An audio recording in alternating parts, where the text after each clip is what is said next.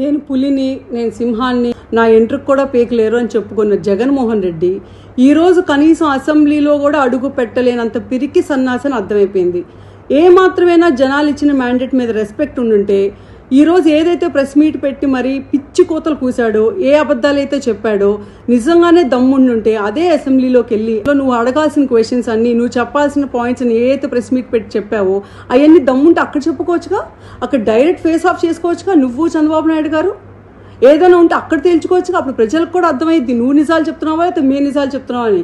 ఈరోజు మేము చెప్పే ప్రతి నిజం ఊరినే నోటి మాటలు, సరదాగా గాల్లో కబుర్లు నువ్వు చెప్తావు చూడు, సొల్లు కబుర్లు. అలా చెప్పకుండా ప్రతిదానికి ఒక క్రెడిబిలిటీ ఉండాలి, ఒక ట్రాన్స్పరెన్సీ ఉండాలి అని చెప్పి డిపార్ట్మెంట్ వైజ్గా నువ్వెంత దోపిడీ చేశావు, గవర్నమెంట్ రాష్ట్రంలో ఎన్ని గవర్నమెంట్ ఆస్తులు తాకట్టు పెట్టి ఎంత అప్పులు తీసుకొచ్చావు, ఎంతమంది పెన్షన్దారులు పెన్షన్లు ఎగ్గొట్టావు బాండ్ల రూపంలో, ఇవన్నీ నువ్వు ఎన్ని రకాలుగా రాష్ట్రానికి, రాష్ట్ర ప్రజలకి ఎంత అన్యాయం చేసావు అని చెప్పి క్లియర్ కట్గా ఒక వైట్ పేపర్ రిలీజ్ చేస్తున్నావు.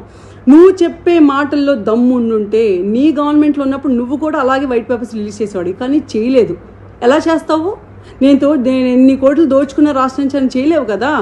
అప్పుడు చేయాల్సిన పనులన్నీ చేయకుండా జనాల్ని నువ్వు చీకొట్టి నువ్వు మాకు అక్కర్లేదురా బాబు అని చెప్పి నేను పక్కకు నెడితే, అయ్యా బాబు నాకు మళ్ళీ అంటే ఎల్ఓపి కావాలి, లీడర్ ఆఫ్ అపోజిషన్ ఇవ్వండి అని టీడీపీని అడగటం, ఢిల్లీలో వెళ్ళి ధర్నా చేయటం, లేకపోతే హైకోర్టులకు వెళ్ళటం. అంటే మేమెందుకు ఇవ్వాలి? నీకు జనాలే చీకొట్టి వద్దనుకున్నప్పుడు మేమెందుకు జనాలకు అగేన్స్ట్కి వెళ్తాము?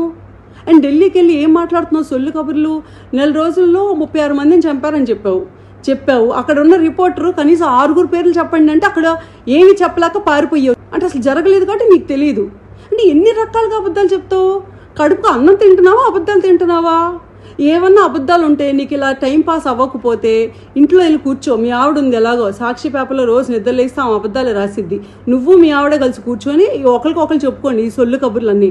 అంతేగాని ప్రజల్ని మోసం చేయడానికి, మళ్ళీ ప్రజల్ని మభ్య పెట్టడానికి అని కన్ఫ్యూజ్ చేసి నువ్వేదో పెద్ద పత్తిలాగా, శుద్ధపూసలాగా సొల్లు కబుర్లు చెప్పడానికి మాత్రం ఇంకోసారి ప్రెస్ ముందుకు రా మాకు.